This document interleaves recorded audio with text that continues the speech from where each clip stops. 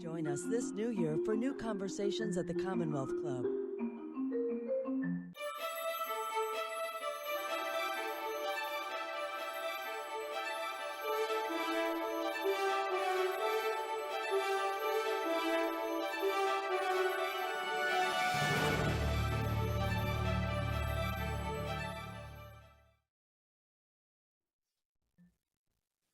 Hi, everybody. Welcome to tonight's program with Inforum and the Commonwealth Club. I'm Roy Bahat, a startup investor, the head of Bloomberg Beta, and I'm here with Jane McGonigal, who is one of these people who's very hard to describe. Futurist, game maker, theorist. Jane is the author of Imaginable: How to See the Future Coming and Feel Ready for Anything, even the things that seem impossible today. And we are going to cover a lot of terrain in the next hour, and we will be taking your questions, so you can put them in the YouTube text chat. I can't promise that I or Jane will be here and watching all of that because we'll be talking with each other, but we'll try to get to you. So, all right, Jane. And Roy, I'm so glad that we're having this conversation together. You are one of the best futures thinkers that I know. So thank you for being here. Well, I really appreciate it. And we can, we'll banter after about, which one of us is actually better at playing werewolf. But actually that thing about future thinkers is where I really wanted to start, which is I once got introduced on some panel as an expert in the future. And I was like, I literally think that's impossible. And so I want to ask you a how did you get here question, which is like kids grow up and they want to be like an astronaut or a video game maker, and being a futurist is not exactly a thing that a kid grows up knowing you can be. And so just maybe trace us to this point of how does one become an expert in the future? I know that is such a fun question. I often ask myself, how did I wind up in this? Right, sure. So, I mean, I had a pretty fun career as a game designer, and I actually got scouted, which I didn't know was a thing, but essentially scouted by an organization that the Institute for the Future, which is one of the world's oldest futures organizations. And I guess they really understood that old saying that the best way to predict the future is to invent it. And so, they were looking for people who were busy making the future. And I was running around, as a game designer, trying to get people to make a new genre of games that help gamers apply their gaming skills to real world problems like ending poverty or taking climate action. And they're like, hey, as long as you're thinking about what the future of games should be like, come make some games for us and we'll teach you some future thinking skills. And I wound up making another type of game that is the basis for this book and for most of the work that I do now, which are these kinds of social simulations of the future. Yeah, so let's talk about those games, because I feel like some people can relate to some kinds of games. Like I remember playing The Sims or SimCity, where you're simulating a city. And, I've played plenty of like action adventure games, but that's not really what we're talking about. So maybe put us in like, what does a player of the kind of game that you made, the kind of game that led to this book, what do they actually experience? Great. So a social simulation, it doesn't take place in a virtual world or like a 3D gaming environment where you have an avatar. They actually take place on social networks that are created exclusively for the simulation. And these are platforms that look and act a lot like Facebook or Twitter. Or like, isn't Facebook, I mean, just to interrupt for a second, and immigrant family, we express love through interruption, so you can interrupt me right back. Part of me when I read it is like, I already have a game like that. It's called Being on Instagram or something like that. So is that what people should imagine? Like, what is a game about? Imagine you're on a social network with thousands of other people, but this is a special social network where everything that's being posted and shared is from the future. And so when you're posting your latest, thoughts or asking for advice, you're creating content along with thousands of others about a hypothetical scenario that we've asked you to imagine living through. And sort of famously in 2008, when the Institute, we did our first big social simulation with about 8,000 people, we were asking people to imagine living through a global respiratory pandemic that had all kinds of complicated and complexifying crises like supply chain disruptions and bad actors online spreading misinformation. And people spent 6 weeks sharing their detailed imagination, answering questions like, imagine you've been asked to isolate for 2 weeks by the CDC. Under what circumstances do you violate this order? Why would you go out? And, the number one response that I saw was for religious worship, right? It was so core to people's identity that they would go anyway. And of course, that's what we saw, right? In the real pandemic, we were imagining one, but when we lived through something like what we imagined, people really did do the types of things that they said they would do. And so let me ask about that, because there was, so I feel like there's this Cassandra element to what you're describing, of you're sitting there prophesying the future.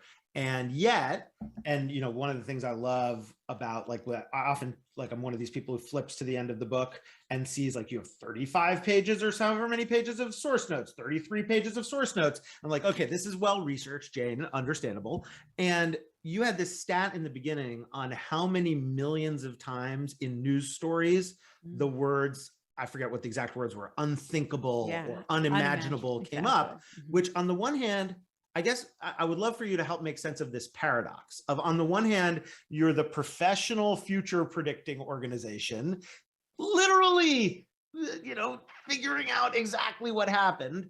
And on the other hand, there are endless news articles about the unimaginability of our future that we then live through exactly what you imagined. And so how do you make sense of that weird kind of juxtaposition? I mean, well, the first way I make sense of it is that we only had 8,000 people play that game. So that's more people need to know about it. Hence the book. Yes. And I did kind of have that fire in my pants. Like I want people to be able to confidently say that these futures are not unimaginable, or that transformative change is not unthinkable. We can think it, we can imagine it. The statistic that you mentioned, so it was 2.5 million stories with the word unimaginable and 3 million with the word unthinkable since the start of 2020. And it's, it's not just that, to some extent, these words, speak to collective shock, right? We feel blindsided by reality, but we also use them to express anger and grief. We say unimaginable to mean heartbreaking. We say unthinkable, right, to be unjust, unforgivable. And so there's a collective trauma aspect to this language as well. And, what I hope that futures thinking can help the world do is to process what we've been through and try to, I guess, make meaning of the suffering that we've been through this great disruption by feeling like we have a mandate and we have the power and opportunity to look ahead and be more prepared, and also be more intentional and purposeful about creating change. I mean, we all just live through perfect evidence that we can change all of society and how we do things, how we work, how we learn, how we shop, we can just change it almost overnight. So there's no excuse to not pursue transformative change. But all of these changes that we made, it was in crisis mode, and it might not have been what we actually want to continue going forward. But let's use that lived experience of dramatic transformative change, but now with some tools of future thinking to help us, use the next 10 years to change in ways that we want to sustain and that really make for a better world. All right. So we've talked a little bit about how you got to, like, what the motivation was for getting here and how you got here. I want to ask one or two more things about that, and then let's get in the meat of sort of the, on some level, another word I think we could use for you is teacher, is you're teaching people about how to practice this methodology that you and relatively few people have practiced. But so just in terms of how we get here, how you got here, one of the things that struck me is this is a moment where, as often happens when experts contemplate scenarios for the future, they realize all the grist you need to take action is here right now. And, here we are, two people who have plenty of privileges talking about imagining a future. And I guess I'm curious about how to reconcile the privilege of us getting to imagine the future with the reality of a broken present where so many things are awful. And so, I guess I'd ask it this way: for whom is this skill of thinking about the future really worth doing, versus should we be like, looking at the tragedy at our feet and just figuring out what to do about it? Yeah, I mean, looking at the tragedy at our feet can include thinking about the future. Oh, say more about that. I mean, I work with, and at the Institute, we work with people who are suffering and who see the future as a source of hope and motivation. That if you're angry about injustice, instead of just raging, we try to imagine and vividly communicate to others what a more just world would look like. How do we fix this, right? We have to be able to articulate the world that we want to live in, right? And to share preferred futures. And I think, there's certainly good evidence. Neuroscientists study that if you are poor, if you're food insecure, economically insecure, it is actually harder to think about the future. That there's a sense of scarcity that makes it difficult for your brain to switch into a kind of zoomed out perspective. So you're absolutely right that it is easier to think about the future if you feel secure, but that doesn't mean it's not important to think about the future, because I truly believe that, what helps us jump out of bed in the morning is the belief that the future could be better, and we could make it better through our own actions. Yeah. I mean, what comes up for me as you say that, as startup investors, we spend a lot of time with entrepreneurs. And the most remarkable community of entrepreneurs that I ever met was we did this program where we would go to a maximum security prison and coach incarcerated individuals on their entrepreneurial plans. One of the reasons for that is a lot of employers won't hire a convicted felon, but starting something of your own is a job for which you don't need permission. And the fact of people who are sitting in jail, in prison, and who use the tool of planning for their own futures as a constructive way of building their lives, including people who had years left on their sentence, was, it's just that, made me think about that. And I think that there's this really,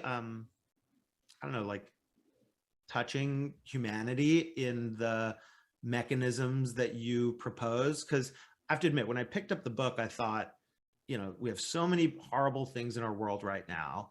And it's like, okay, like the be ridiculous, idea that you have in there kind of felt to me a little like, do I have license to be ridiculous? And then I started reading, and one concept I'd love for you to talk about is, I'll give you in a second the chance to just say how do you do this, but I'd love to start with this concept of hard empathy, because you described easy empathy and hard empathy as a way that you start as a person kind of relating to your own future self. So let's just start with that. What's the skill of empathy that you think we need to begin to practice to look into the future in this way? Yeah, I mean, well, the first thing we need to do is build empathy for our future self. And studies suggest that when we imagine ourselves in the future, especially if it's further out than a few years, so 5 years out, 10 years out, our brain does this really weird thing where it kind of powers down the region that is associated with our core identity, our most important values and hopes and fears. And our brain acts like it's thinking about a stranger. And it's almost like we have this intuition that, whoever I'll be 10 years from now, it's unknowable. And the side effect of that is we tend to not take actions that benefit our far future selves. There's a researcher, Hal Hershfield at UCLA, who studied, why don't we invest financially in our future? And he said, based on what he was seeing with the fMRI results, it literally feels like you're giving money to a stranger on the street. Why would you do that? You wouldn't do that. So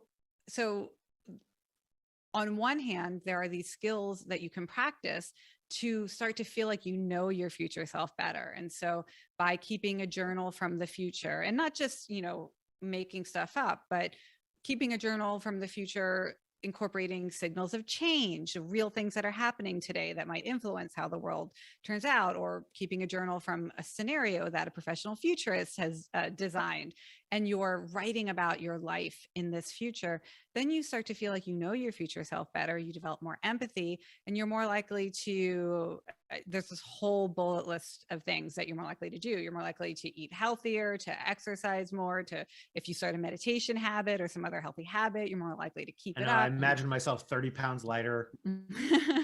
Would you? I mean, you could, and that could be well, I mean, I think that one interesting human activity that sounds like to me is, and I say this as a compliment, is fiction writing. Yeah. Is that, you're journaling. Fiction writing follows these real rules of the construction of stories. And I know one of the ways that we first started talking was around universal basic income and imagining one particular future. And one of the most rewarding things that we did in that process was invited short story writers to imagine what a future might look like, because to construct a world that you could journal about and imagine yourself in, you have to imagine how all the pieces fit together. It has to be real in a way that is that really forces you to think about it. And I'm curious, just before I ask you really, like, what's the method? Tell us the how-to. You are training as a game maker. In what ways does that inform, like, what does a game maker actually do that informs how you imagine these future scenarios? Yeah, well, maybe I can talk about that specific example of universal basic income and how I approached it, and trying to provoke imagination about it, because it's very much drawing on my game designer background and philosophy. So, even you and I started working on this concept, we were sort of getting active and interested in the idea of UBI before it sort of hit a mainstream 5-6 years ago, long before Andrew Yang. Yeah. But I feel like already there was a little bit of a political, what's the word? There's like, people had opinions about it that felt reactive rather than well thought out. And I could see this when I was teaching at Stanford. And won't people stop working? That kind of stuff. Yeah, very exactly. So, what I always do when I design a game is I ask you to forget about everyone else. I don't want you to make predictions about what you think other people would do. You are the expert on your own future. That is what you are the expert on. So I designed a very simple playable scenario, which is that $1,000 check shows up every month. It's a thank you check. And I didn't want to frame it using the language of UBI because, people might react with some assumptions or that they've already started forming. And just imagine that this is a thank you check for some service that you've done to humanity or your community or whatever it is that you think you deserve to be thanked for. And you're going to get $1,000 check for, forever now, and your family's getting it and your friends are getting it too. Now start journaling. What are you doing with the first check? How does it feel when you open it? What's your mom excited about? What's she doing with that money? What plans are you making? And to allow people to have a firsthand experience. So it's like, I want you to drop into these scenarios like they were virtual reality experiences where you can look around and be like, what do I see? What do I feel? What do I want to do? What am I excited about? What am I scared about? And kind of take it out of the realm of abstract debate. And also people aren't good. And this is where it comes back to hard empathy. If people make all kinds of weird assumptions, like, well, people are going to get lazy and they'll just stay home and play video games. And yet literally nobody writes when they do this exercise, I'm going to stay home and play video games. Never, literally I've never seen that. And so we develop this hard empathy, which is truly understanding what someone who has lived a different experience from us or has different values or hopes or fears, we understand what they want and need by looking at the future from our own point of view and allowing them to do so. And then we share, which is why when we run these social simulations and now you're on this private social network from the future and you're seeing what these people are excited about and these people are worried about and what these people want and need. Now we have this incredibly rich empathy for how the future might affect people differently. And we've contributed to other people's empathy because we've shared what we would want or need. And to me, this is the magic where we can get past, I don't know, just these heated debates and social divisions where we're not able to sit deeply with what it would feel like if we tried to oversimplify and do these things where I think oftentimes it's how do we have our reaction to something, some new idea, something about the future?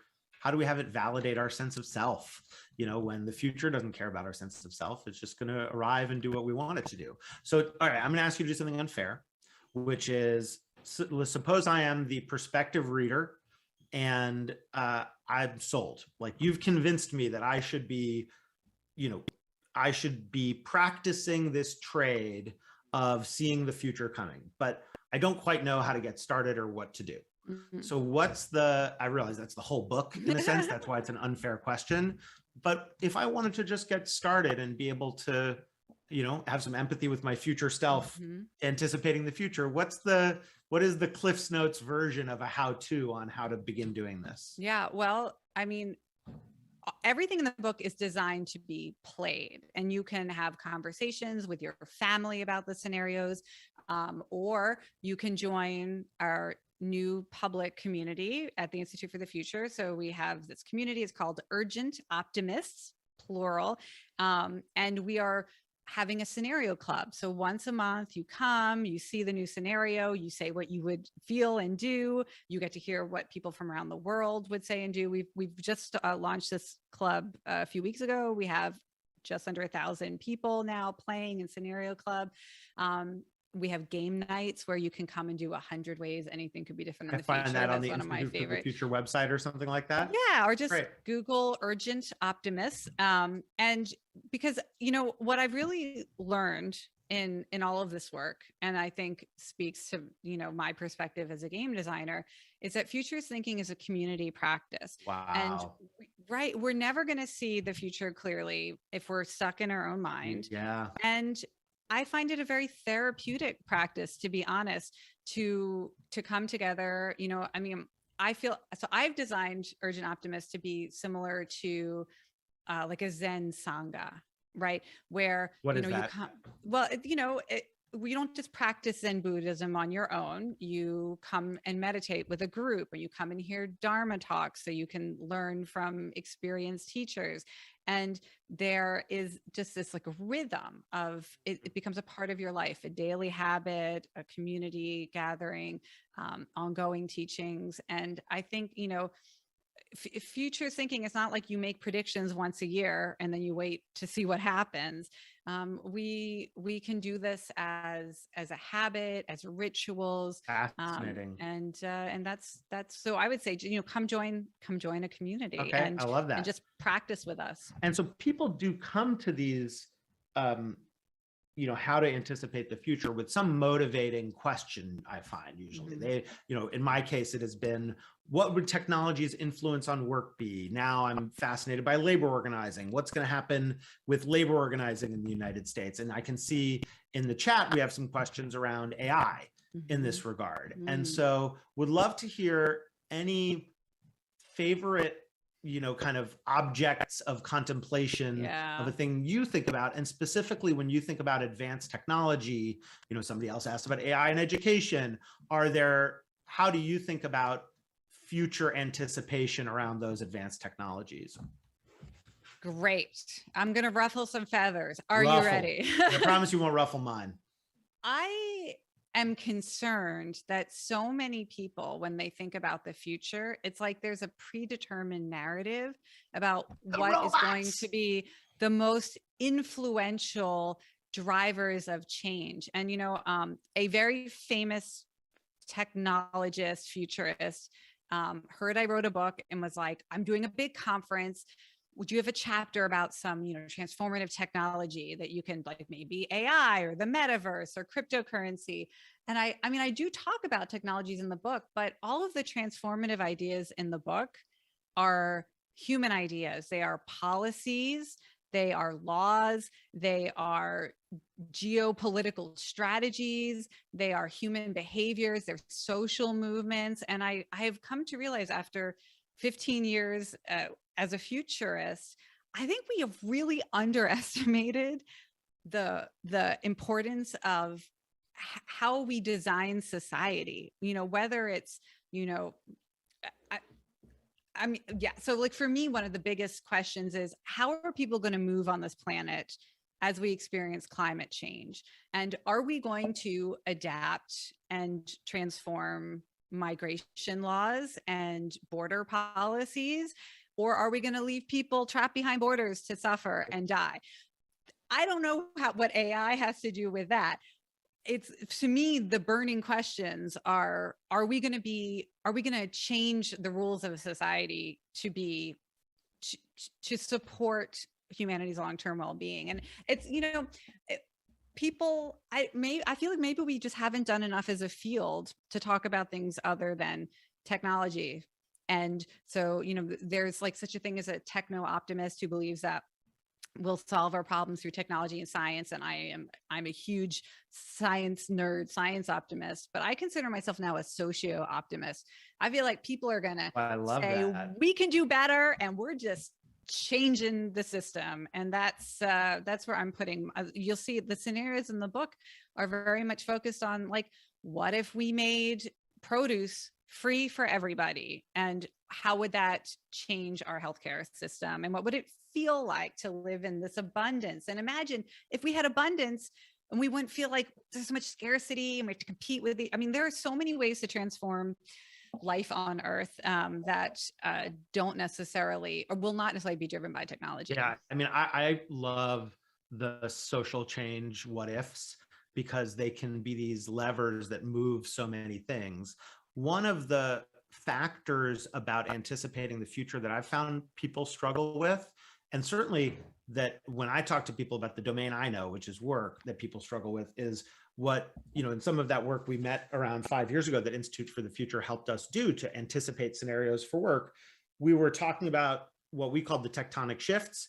And what we meant by that was not just the phrase of it's big, we meant it is slow and enormous, but we also kind of ignore it. And my favorite is the aging population. Yes. Today I was talking to somebody and he said, the future of work is young people. I was like, Julie, the future of work where are you going to find the young people? Yeah. Well, I mean, of course, by definition, the future is young people because young people will age and be in the future. But if we look at how the composition of the industrialized world, and it may be true elsewhere, but I just don't know it as well, will change in the US and in plenty of other places, it's just going to get a lot older.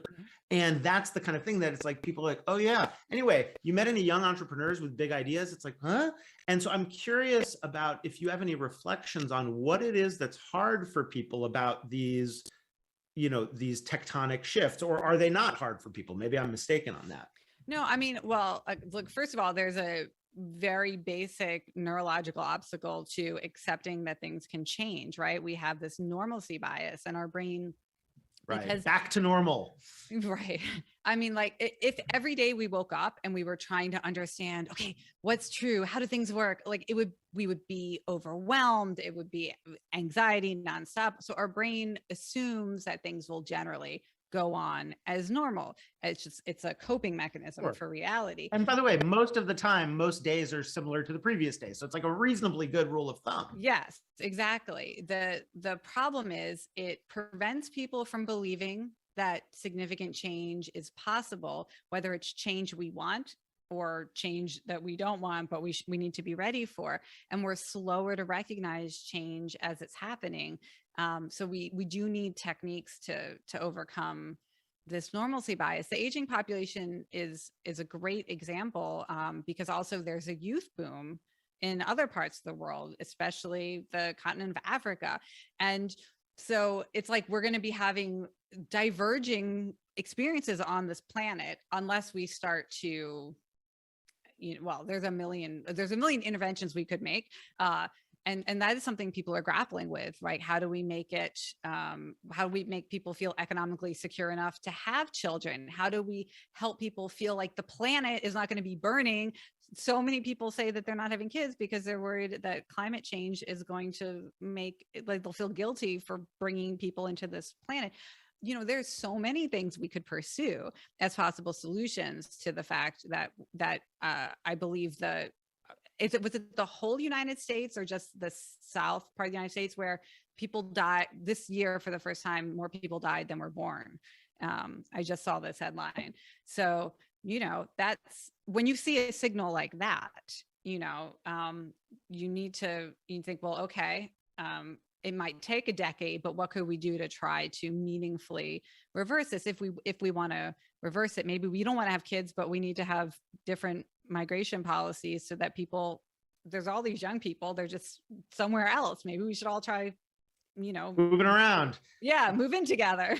I feel, so you've explained it, that there's a neurological blocker that we effectively have to get over by training ourselves to think differently.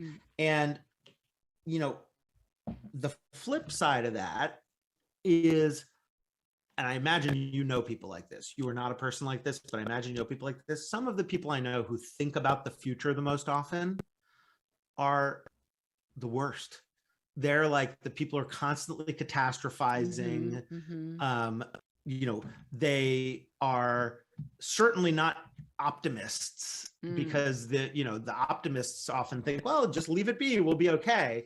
But even some of the most techno-optimistic people I know are like, I wish I had the money to buy a place with its own generator, and they're preppers. And that, I'm not judging a prepper. People should feel free to prepare for whatever catastrophic scenarios. We've certainly seen catastrophe can happen, and everybody should have their go bags and all that. But what is it about getting better at anticipating the future and seeing these dire catastrophes? Is that how that shapes you, or are there other ways that thinking about the future can shape you to be less about constantly worried about the sky falling? Yeah, I think it's the process, right? So what I have seen is that people who have clarity about real risks and threats, it actually feels better to be able to acknowledge reality and look at it clearly. And then that's the first step of the process. And then there are things that you can do to essentially increase your sense of what I call urgent optimism. So that you're trying to more, but can I just sidebar from that for a second? Because you use that phrase, and I'd love to, I know the word urgent and I know the word optimist, but I think you mean it in a particular way. Can you just, before you keep answering, just explain what you mean by urgent optimism? So urgent optimism is just a really balanced but motivating and resilient mindset that combines being aware of risks and threats that it's worth worrying about, readying ourselves for, maybe trying to prevent, partnering that with this positive imagination where we learn as much as we can about new policy ideas, new technologies, scientific breakthroughs, social movements, anything that could have an impact on making a better future. And we're trying to hold both of these in our mind at the same time. If you're just optimistic, then you assume the future is going to be great. You're not ready for the complications, the challenging futures that arise. If you're just urgent, you're stressed out, you're anxious, maybe you don't realize where your power is to shape it. One of my favorite things to do is just look for the helpers. Because honestly, not everybody is going to solve every problem. You don't have to, Roy, do not have to stop the next pandemic, but if there are futures, humanity has way better hopes than that, but sorry, keep going. Yeah. But if there are futures, that you learn about and you're like, that sounds like it's worth worrying about. The first thing I suggest you do is just inform yourself about who's thinking about this, who's acting on this now. One of my favorite examples to get people excited about humanity's problem-solving capacity are all of the folks working on planetary defense. So I was so excited this past year. I finally got to attend this conference that I've been dying to go to forever. which is the Planetary Defense Conference, and people from This space is literally agencies, protecting our planet. literally from asteroids, near Earth Amazing. objects. And it was happening in like Europe. And so I was like up in the middle of the night. I was like setting my alarm excitedly at like 2 a.m. because it was all these people whose job it is to think about low probability possible risks and to prepare for it anyway, to be ready for these future risks. And it's so exciting. They've figured out, scientific methods of detecting and predicting where something might hit. So instead of evacuating a whole continent, you only have to evacuate a town. They are thinking about misinformation. They're looking at what happened in the pandemic, and they're thinking like, if we have to notify the public about a possible asteroid or object that we would need to worry about, how do we build trust in this science, in this field? How do we communicate in a way that people don't say it's a conspiracy theory or they don't refuse to act? So they're thinking proactively about these things. And, there are people like this for every risk, every threat. And if we can just hang out with them, it's like, it increases our awareness. I love that. What I hear you saying there, I mean, the thing that I really see there is that sounds like a drill. Mm-hmm. It might happen, it might not, but doing a fire drill is worth doing regardless of whether there ends up being a fire. You communicate, you discover errors, you build a little sense of community. And so these things can have a byproduct, I think, that's really powerful. As we keep talking, I also just want to remind folks who are watching that if you want, you can submit questions in the chat. And, as we go, we'll talk them through. So there's this. Oh, go ahead. No, go ahead. I was like, do you want to do a quick activity where we can have everyone who's watching measure their own sense of urgent optimism? Yeah. How do we do that? Okay. So there's a tool called the Urgent Optimism Score, and you apply it to a particular future. So one thing we always say at the Institute is that there's not just one future, there's many futures: the future of food, the future of democracy, the future of women, right? So and they all intersect and shape each other. So we're going to pick one future. Do you want to pick a future topic for us? Future of work, maybe? Yeah, let's do the future of work. Great. So we're going to ask 3 questions about the future of work. And if you're watching in real time on YouTube, you can answer these questions in the chat. That would be cool. And Roy, I'm going to put you on the spot to answer them as well. Yeah, fine. I'll answer live. Let's do it. So these are all rate on a scale of 1 to 10 questions. So on a scale of 1 to 10, when you think about how work might change in the next decade, do you expect that most things will go on as normal and stay the same? Or do you expect that many or most things will be radically rethought and reinvented? So 1 would be everything stays the same. 10 is everything gets reinvented. I'm a 5 on that. A 5. In the sense that I think some things will change a lot and some things will not change at all. And by the way, I'm the guy, just so you know my personality on this stuff. When the pandemic hit and we all went home, I was like, this is a tragedy for the world and nothing's going to change. Like, we're going to keep doing things more or less the same way. And I didn't literally mean nothing was going to change, but this was during the period where I think a frequent thing that happens, especially in tech, is people see one little glimmer of change and then they just go ad infinitum on it. They're like, oh, I'm working from home, so in the future, everyone will work from home. Well, at the peak of the pandemic, only half of people work from home. Yeah. So that's why I say 5. Okay. I like it. By the way, the best part of this tool is people explaining their numbers. So would you like to hear? I felt the need to elaborate. Would you like to hear my number? Yes, please. Okay.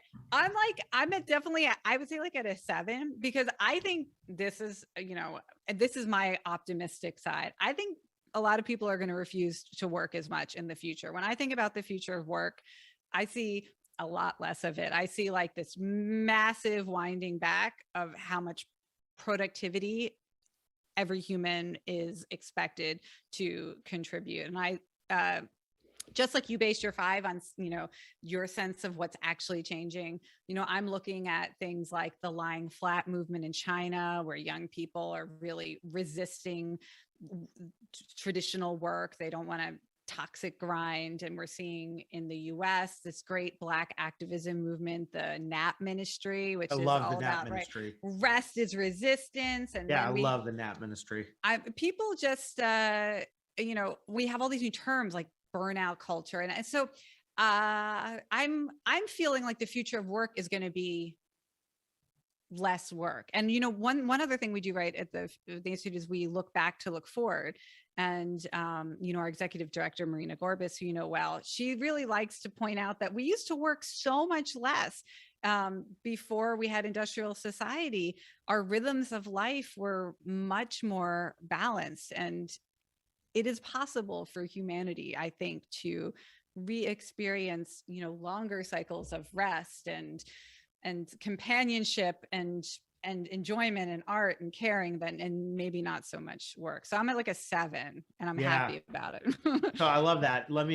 Because you tell me to interrupt if we want to keep going with the exercise, but this is where I feel like all the richness is in the back and forth. Yes. Is I think when we talk about jobs for folks, work, I'll say for folks like you and me, I 100% agree with you. I have this daily, not daily now, it's like every few days, it was daily for a while, series on Twitter and on LinkedIn and YouTube called This Is Not Advice, where I get in people and ask them, right. And so today's question was, should my company adopt a 4-day work week? Mm-hmm, mm-hmm. And I think that for jobs like ours, that's definitely true. Like lying flat is office professionals mostly, mm-hmm, mm-hmm. But the data show that, looking back to look forward, we have this weird inversion where historically people who were, the wealthier they were, the less they would work. That mm-hmm. became no longer true in the US. And so I think it'll just correct back to the mean. But so many people are desperate for more work.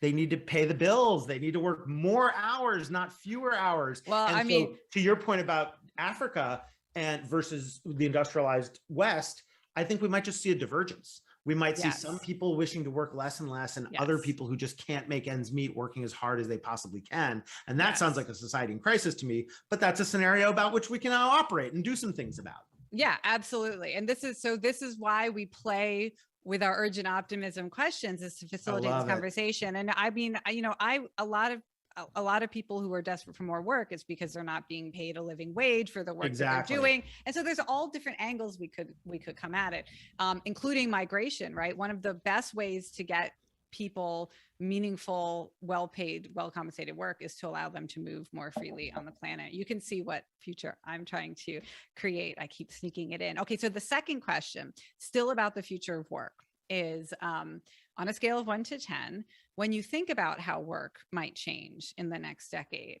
are you more worried or more optimistic, more excited? So 1 would be, I think the future of work is going in the worst possible dystopian direction. I'm more excited. 10 is more excited. 10 is like, it's going to be amazing. Yeah, I'm excited because I think we need, but I think that's because we're going to do something about it. Like, I don't think it's automatically going to be more exciting. I think. Well, wait till we get to question number 3. Okay, that's great. Okay, so I'm a 10 on that. You're a 10, and because I believe in the power of human action. Like, we got to do something. Yes. And I saw a great question in the chat from somebody asking about how do we feel less stressed about the future when we're thinking about these possible changes.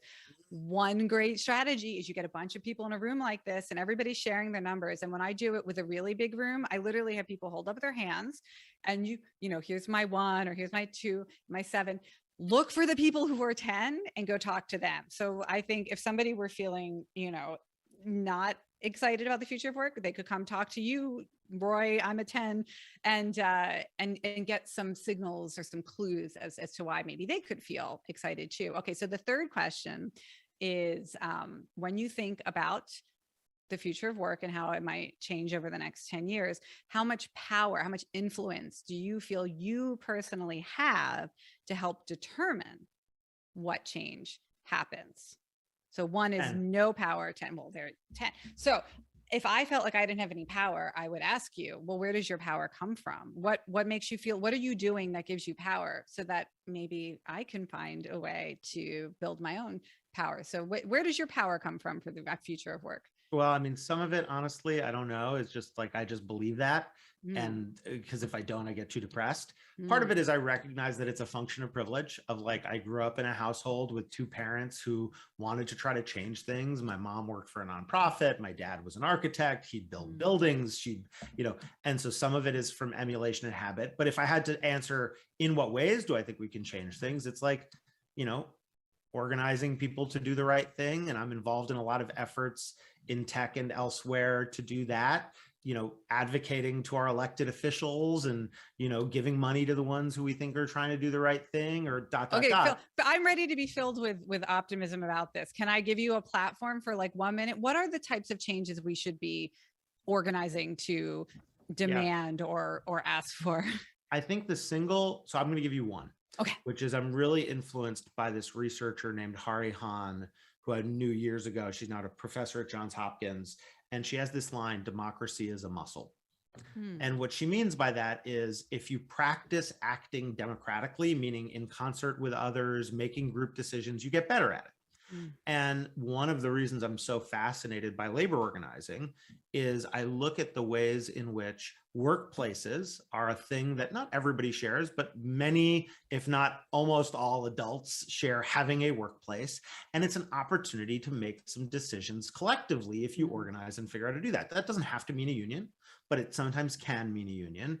And so being part of an organized workplace is the one change that I think is in everybody's power. Of course you can vote and you should vote for the candidates, but I think that can feel very distant. And so these little democracies are building blocks that build up to the big democracy that we all have. And I think that's how we can also advocate for the changes we need government to make, like guaranteed income or more funding for science or, better voting laws or whatever it is. So that's it. Democracy is a muscle. I love it. And, my little futurist creativity, I want to spin out some scenarios. It starts to fire up when I hear you talk about this is, that makes me want to create a scenario that we could play with where organized labor and unions, it's not just something that's at every workplace. Oh, that would be really fun. And we could ask literally everybody who has a job to imagine that either it is unionized in the future if it's not today, or that it's more powerful or more commonplace in the industry. But we could also imagine, what if we had this sort of direct local democracy and experience of power? This is sort of exchange of collective power to create change. What if we had that in other types of communities or organizations or gatherings? We do on some level. I mean, I just say there are examples like the PTA is a good example of that. Student government is actually a good example of that. And one of the issues is that they're just not as prevalent in our regular lives. Sarah Horowitz has this phrase, mutualism, of these organizations where we all contribute to something together, make collective decisions about how to use it. And it's like, all the community building in the world. It's like, show me how to like run the parent organization for a kid's sports team. And every problem we have in big democracy probably exists there too. I love to say, I'm imagining a future in which we all, we go to democracy the way we go to the gym. If democracy is a muscle, that there are these places where we can train that muscle, and we can go there as enthusiastically as we would go to, I love that. Jump on. What's yours, by the way? Well, I'll ask you that at the end. Keep leading us through. Is this the exercise?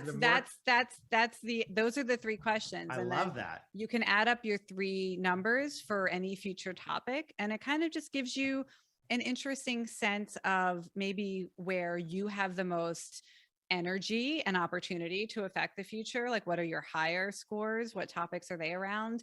And if you have a lower score, that's an opportunity to go look for some 7, 8, 9s, and 10s and learn from them. Because, when you treat future imagination like a community practice, there's always somebody you can go and learn from. And just like in the gaming community, you show up at a game, you're terrible at it, you don't understand it, you can't get off this level. What do? You go to the community, you go on YouTube, you look at a wiki, you're teaching each other. And so that is hopefully whatever you feel urgent optimism about, you can fuel me and I can fuel you with mine. I love that. Okay. So then just, you've done a lot of this work on how to think about the future, what strikes me is we're coming back to human dimensions and also some pretty basic questions.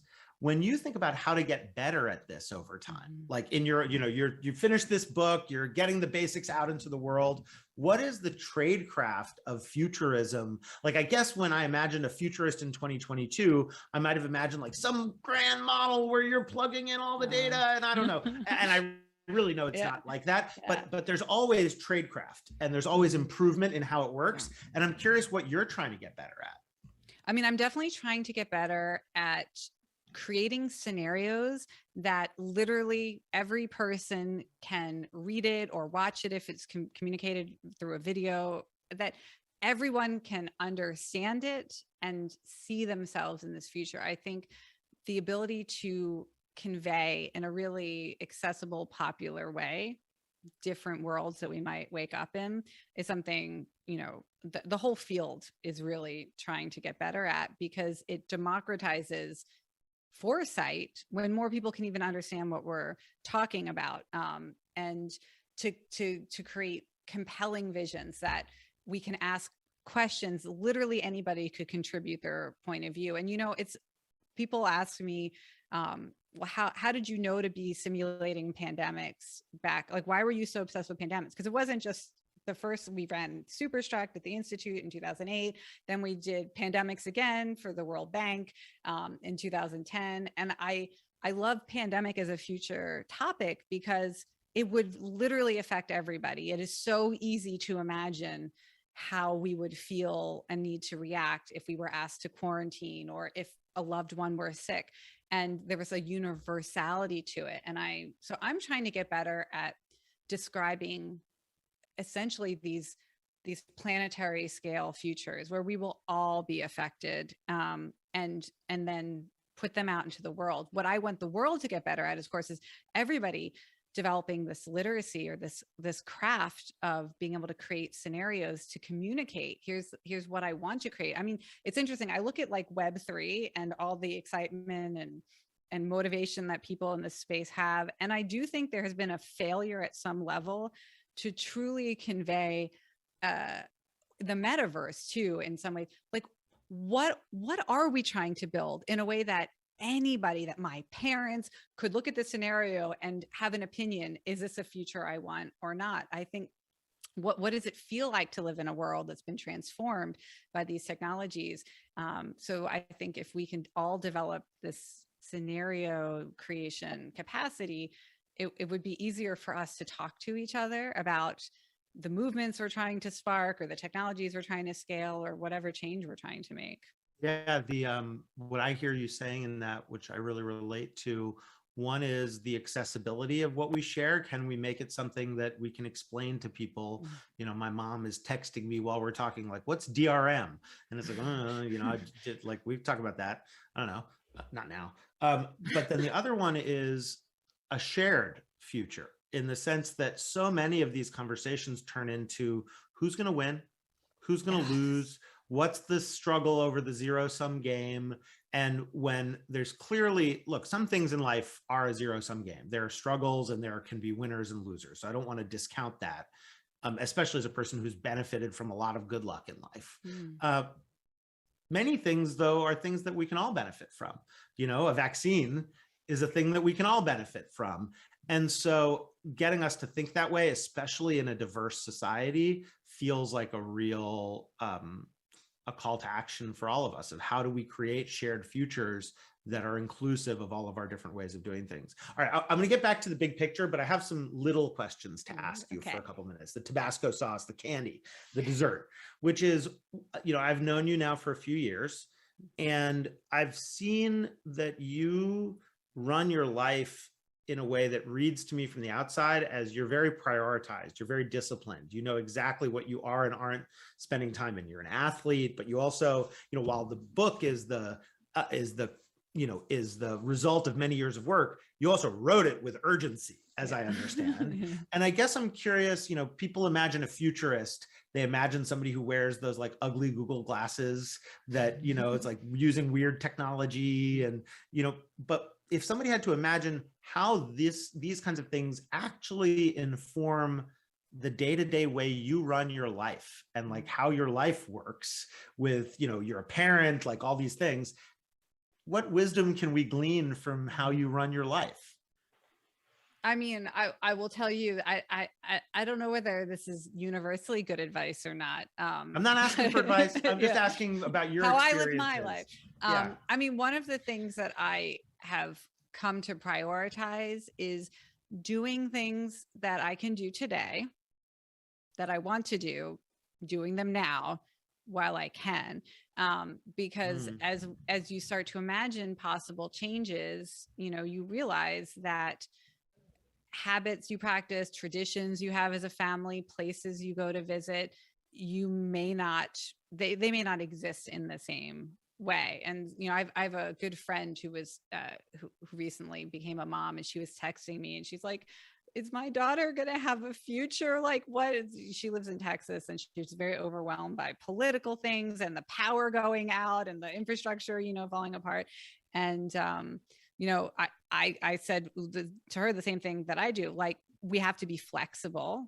We shouldn't assume. I tell my kids this all the time, like, isn't it great where we live? Maybe we'll live somewhere different in the future. Like this sense of being flexible, adaptable, and then just do what you love now, because it might not be something you can do in the future. So in a way, it makes me more present to the moment. So that is a way of doing things, which I think is really powerful. And a paradoxical truth about thinking about the future is, all my work on the future work, I was like, nah, I'm way more worried about the present now than I was before.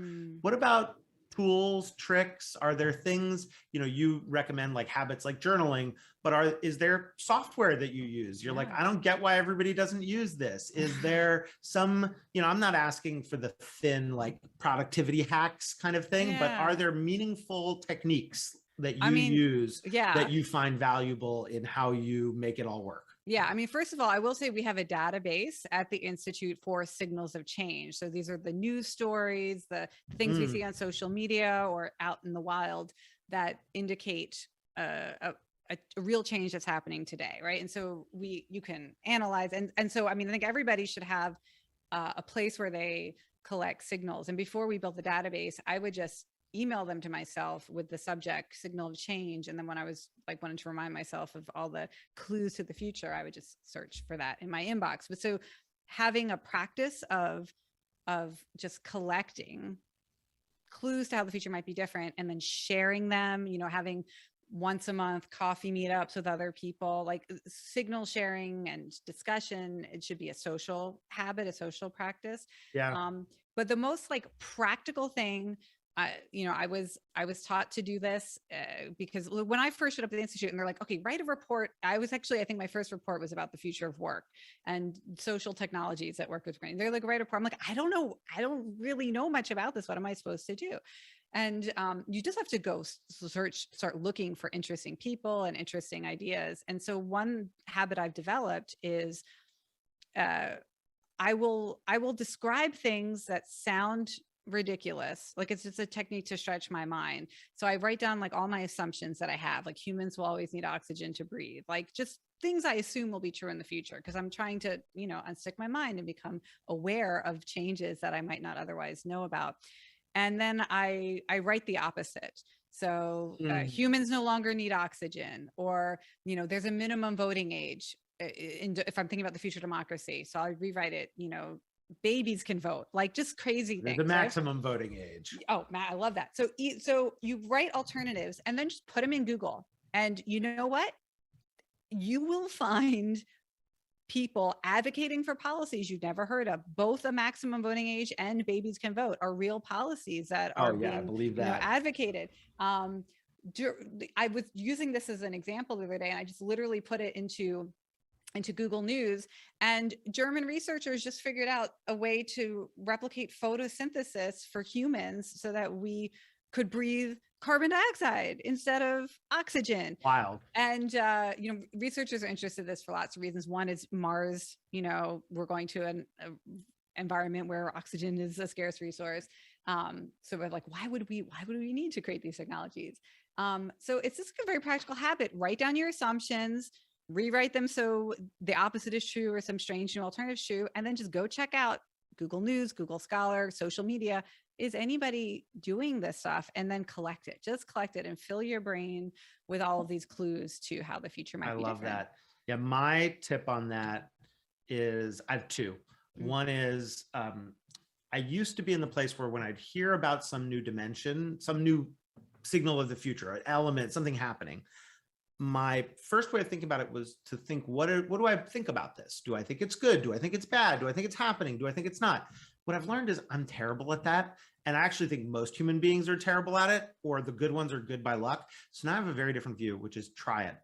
So like when I first heard about the internet in 1994, I was like, these blue links, this seems stupid. Goes to show how much I know.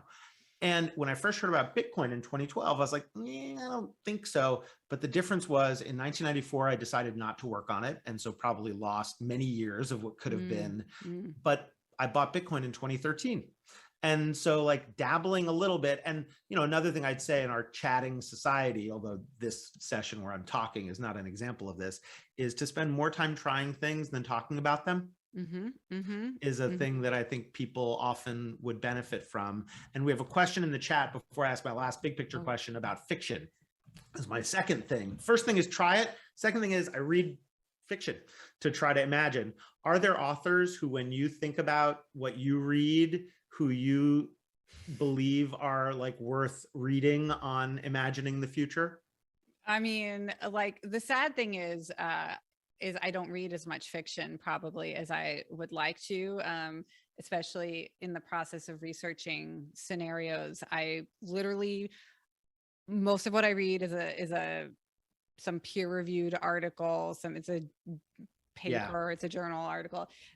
That's You're like most the most of what serious I read game maker I know. Not serious, not the most serious person about game making. Yeah. Maybe that too, but combination of game maker and serious person. Yeah, I mean, it's a challenge, I think, also for all of us. Is I also read very slowly. So especially fiction, I'm like a book or two a year. And so I need to make my recommendations count. And then, you know, there's all the science fiction writers who write about, you know, Ministry for the Future, Kim Stanley's book. You know, it's like, I know it's good. And I haven't read it yet, but I know from everybody, I try to find the people who are writing about the human experience. And, you know, I found N.K. Jemisin and Octavia Butler, you know, to be great for that human experience. All right, now let me go big picture on you. Last question. This is the Commonwealth Club's kind of like signature closing Proust questionnaire question. So you have been talking about this in the context of your book, but now I'll turn it back on you. So I gave my idea about labor organizing. If you get to pick one thing people should do to change, one idea that you can understand in a minute or less, what's your ask? Okay, so I've been describing these social simulations where everybody imagines themselves in a future scenario. The most people that we've ever had play one at the same time is about 20,000 people.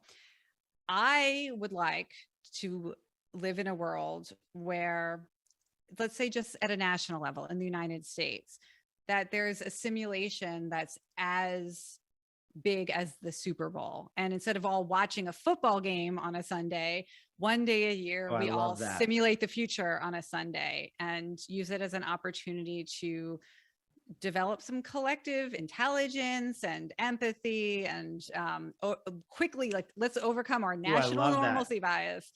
So we got to scale up. So 20,000 is, I mean, I hope this year we can closer to 200,000, you know, hopefully. I love hopefully that. This becomes something we all. Yeah, that takes the founder in me and makes me think, well, what would it have to do that? I'd probably have to activate our like tribal energies as individuals. It'd have to be a lot of fun, you know, a Facebook, but in the future or something like that. I love that. And then other than buying the book, is there anything as we part that folks can do, and I'll give instructions on that in a second, to support you in your work? Yeah, I mean, if folks don't know the Institute for the Future, we've got a great newsletter that's free to join, News from the Future, and you can come and hang out with me and take classes with me on Coursera. I have a 5-course specialization in future thinking, which is free to audit, or you can do a bunch of peer-reviewed activities and get a certificate in it. I mean, there's lots of ways to start becoming a futurist yourself. And I hope that people do feel inspired to I do love that. Thank you for sharing that. So that's Jane McGonigal, everybody. Thank you for joining us. And so we're encouraging everybody to pick up your copy of Imaginable, published by our friends at Spiegel and Grau, and you can get it at your local bookstore. I think that the Commonwealth Club has a bookshop link. I also like Reparations Club, a Black-owned bookstore. And if you want to watch more programs like this, or you want to support the Commonwealth Club's efforts to make these kind of virtual programs and also in-person programming possible, you can go to commonwealthclub.org/events. And I'm Roy Bahat, and you can continue the conversation with me and Jane online. We're both very online. You can find Jane at Avant Game on Twitter, maybe someplace else. I'm Roy Bahat on Twitter. And just want to say thank you to everybody for joining us, and take care. To be continued. Thank you, Jane. Yeah. Thank you, Roy. Thank you, Commonwealth Club. Thank you, everyone who joined us.